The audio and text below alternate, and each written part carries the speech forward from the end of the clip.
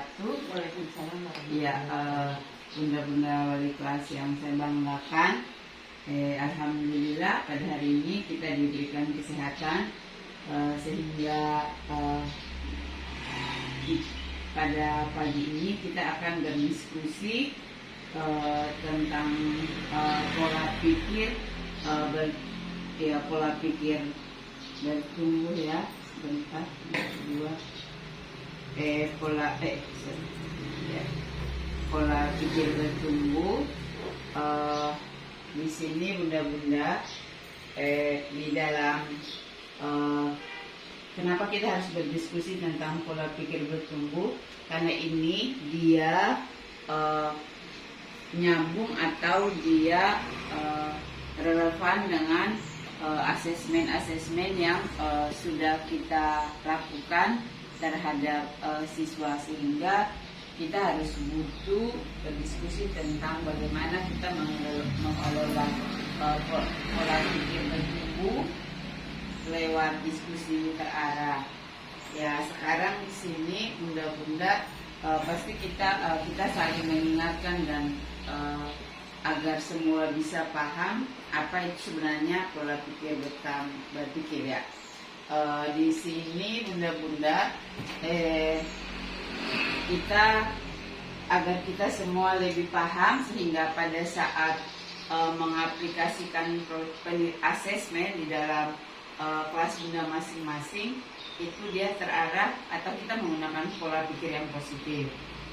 Di sini menurut Freud itu kalau sebuah pola pikir bertumbuh itu adalah sebuah pola pikir yang meyakini bahwa setiap bakat, kebiasaan, dan potensi individu tidak bersifat tetap, tetapi dapat dikembangkan seiring berjalannya waktu. Nah, dari pemahaman atau pendapat dari Freud ini yang jelas dalam kesehariannya bunda-bunda akan mendapati itu di peserta didik masing-masing bunda-bunda. Seperti misalnya setiap bakat yang jelas, bakat dalam satu kelas yang bunda dampingi atau bunda asuh itu dia beda-beda. Bahkan kebiasaan per peserta didik juga dia beda-beda. Karena kita paham bahwa masing-masing individu itu mempunyai bakat yang berbeda, mempunyai kebiasaan yang berbeda. Kebiasaan ini tergantung bagaimana pola atau lingkungan yang ada di keluarga mereka masing-masing. Nah, sekarang kita lanjut. Nah, di sini ada 8 contoh apa saja pola pikir itu. Nah, yang pertama adalah ada 8, tapi di sini saya hanya membicarakan beberapa saja. Pertama yaitu pola pikir yang membawa kesuksesan hidup. Ini dia tergantung pada orang dewasa. Terus kalau ke peserta didik, kesuksesan itu artinya kita bisa memberikan pemahaman yang sangat sederhana. Seperti misalnya kalau mereka rajin ke sekolah, dalam aktivitas proses pembelajaran mereka aktif dalam belajar sambil bermain, yang jelas akan berpengaruh pada perkembangan mereka. Terus ini juga ingin bertumbuh pola pikir ingin bertumbuh dan berkembang yang baik. Berarti bunda-bunda akan mengaplikasi atau bahkan bunda-bunda sudah mengaplikasi tentang ingin bertumbuh dan berkembang. Berarti setiap bulannya bunda mengukur berat badannya, terus tinggi badannya. Setelah itu bunda-bunda akan menyeimbangkan atau menyesuaikan dengan perkembangannya. Perkembangan hari ini adalah sesuai dengan capaian-capaian pembelajaran yang ada di elemen-elemen. Terus yang kedua, berani mengambil risiko. Di sini akan teraplikasi atau kita membimbing pola pikir mereka sehingga misalnya ketika bermain di salah satu lospat gitu. Nah, di situ misalnya ada gunting, ada pisau. Berarti yang jelas bunda-bunda sudah mengarahkan bagaimana resikonya jika salah menggunakan alat tersebut, atau kalau tidak hati-hati resiko itu apa. Jadi pola pikir ini sudah tidak malu untuk belajar dari sebuah kesalahan. Nah, ini contohnya sederhana saja, baik di diri kita secara dewasa, bagi guru ataupun bagi orang tua. Terus di sini yang selalu, nah kita juga jangan lupa membimbing atau membangun pola pikir kepada peserta didik kita, yaitu tentang selalu bersyukur dan tidak iri terhadap keberhasilan orang lain. Yang jelas di sini contohnya misalnya hasil pekerjaannya mewarnai atau mencocok atau mengisi pola, itu ada yang senang, rasa gembira itu adalah bukti atau contoh kecil dalam hal bersyukur. Nah, terus ketika ada teman yang paling bagus dari salah satu, maka kita harus membangun pola pikirnya bahwa yang sudah bagus dibaguskan lagi, sementara yang belum bagus tidak perlu iri, tetapi tetap dibimbing oleh bunda-bunda sehingga mereka bisa menghasilkan hasil yang bagus, dan di situ nilai rasa bersyukurnya semakin tinggi. Nah, berikutnya ini adalah pola apa yang membentuk pola pikir. Nah, di sini yang membentuk pola pikir yang jelas adalah seperti kebiasaan keluarga, terus didikan sejak kecil, budaya dan cara hidup orang-orang di sekitar. Berarti intinya lingkungan setempat kita berada, baik itu di rumah maupun lingkungan sekolah, itu dia sangat mempengaruhi pola pikir positif kita. Terus yang selanjutnya ini, di sini ada apa perbedaan pola pikir dan mindset ya. Nah, kalau pola pikir itu asumsi atau catatan yang dimiliki oleh seorang kelompok dan berakar kuat, itu menurut Mulyadi. Sedangkan mindset itu adalah cara menilai atau memberikan kesimpulan terhadap sesuatu yang berdasarkan sumber pada tertentu. Contoh dari mindset ini adalah ada hasil kerja dua anak ya, ada yang bagus, ada yang belum terlalu bagus. Berarti kesimpulannya yang sudah bagus itu cara bimbingan yang terarah, misalnya di sekolah maupun di rumah. Sementara yang satu lagi dia belum bagus, maka dia butuh bimbingan. Ya, di sini mengapa pola pikir itu penting? Karena dengan kita berpikir positif, terus yang tadi ada 8 pola pikir yang positif tadi, itu dia sangat bisa mempengaruhi kita untuk membangun pola pikir yang bertumbuh dengan baik. Nah, selanjutnya ini adalah hal-hal agar kita bisa dengan tips berpikir positif, maka insya Allah mudah-mudahan guru maupun peserta didik akan mempunyai pola pikir tumbuh yang baik. Itu dengan orang yang positif, belajar mendukung tanggung jawab, berkontribusi dalam lingkungan yang jelas, mudah-mudahan sudah paham tiap hari kita harus bikin apa dan menghasilkan apa. Terus bisa juga membaca buku yang memuat tentang motivasi, terus kenali dan ubah pikiran negatif. Jadi intinya kalau kita tidak seujun dan kita tetap berpikir yang positifnya saja, saya rasa kita tidak terlalu stres gitu. Terus kita jangan berpraduga yang bukan sebelum kita mengetahui fakta yang sebenarnya. Ya, bunda-bunda selanjutnya saya akan memberikan kesempatan kepada bunda-bunda kita berdiskusi. Tapi kalau diskusi pertama ini itu linknya sudah saya kirim ya, saya kirim di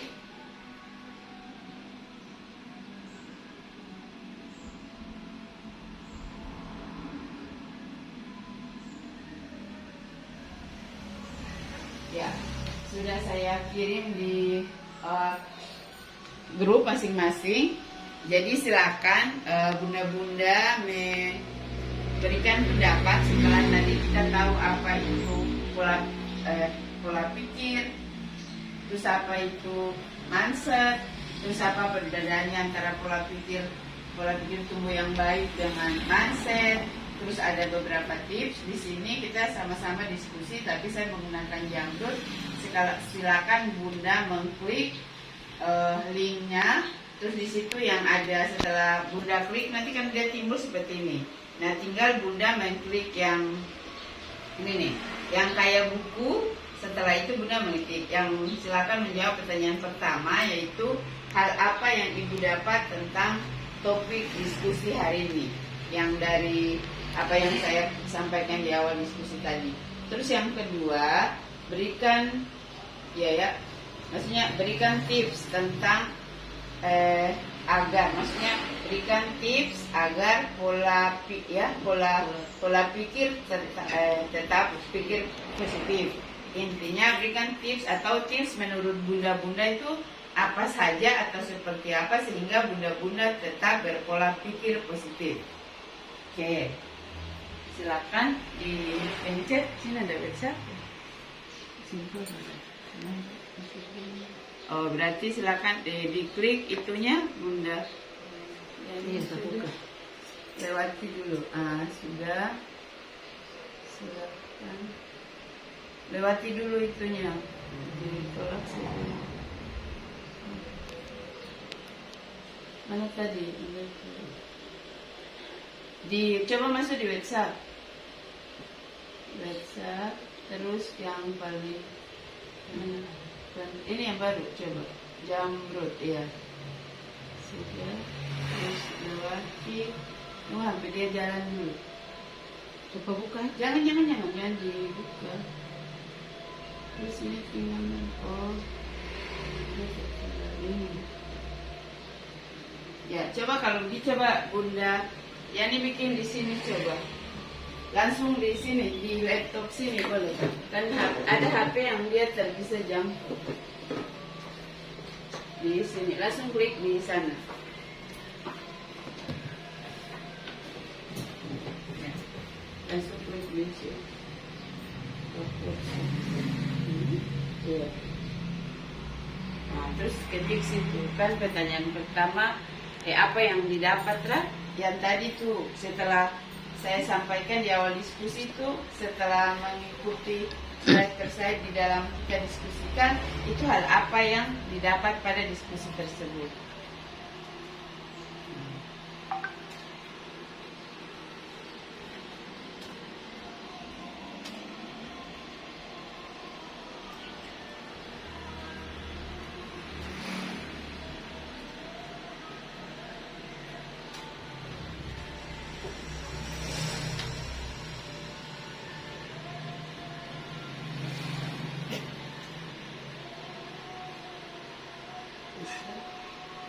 Tentang apa yang tadi, hal yang didapat apa sudah.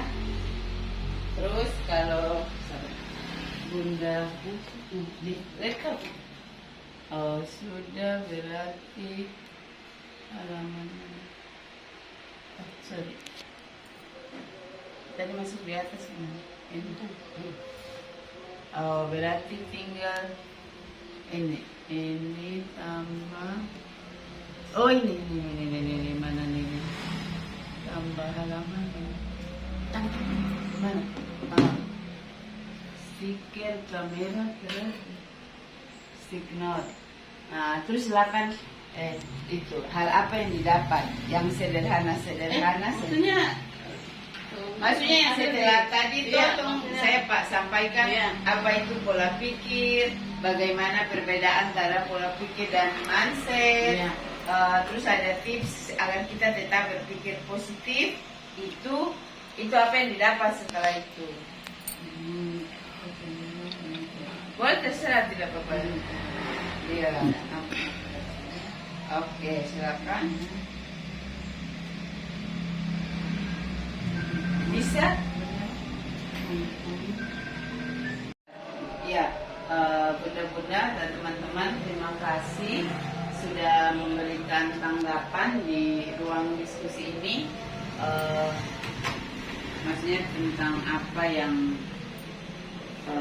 sudah bunda-bunda sampaikan. Seperti ini ada berapa yang punya Bunda Yani yang dapat hal yang dapat tentang topik ini, yaitu bisa membedakan karakter yang baik dan yang tidak baik. Terus yang keduanya berprasangka, tipsnya agar bisa tetap berpikir positif dari Bunda Yani di sini, yaitu berprasangka baik pada sesama teman, terus memberikan motivasi sesama teman. Terus yang punya Bunda Ica di sini yaitu dapat memahami dan dapat membedakan pola pikir dan mindset. Terus di sini Bunda Emma semakin paham bagaimana membangun pola pikir positif. Terima kasih teman-teman. Semoga diskusi kita yang sederhana ini dia sudah terarah karena sudah sesuai dengan langkah-langkahnya.